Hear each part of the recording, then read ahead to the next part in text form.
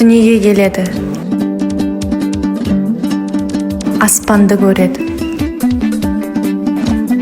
Анасын таниды.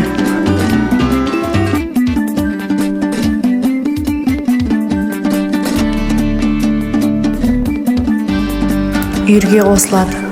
Қой соңынан салпақтайды. Қасқыр алады.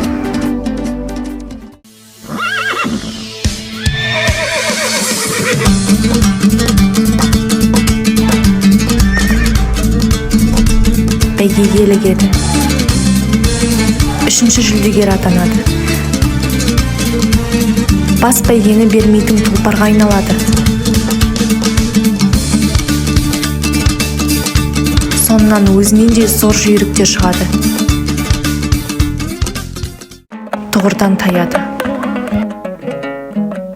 Бәйге торы құлағындағы дүбірдің не дөң асып кеткен бәйге дөненінің дүсірі екенін, не күннен күнге меңіреу тартып бара жатқан, қалжыраған кәрі жүрегінің дүрсілі екенін ажырата алмады.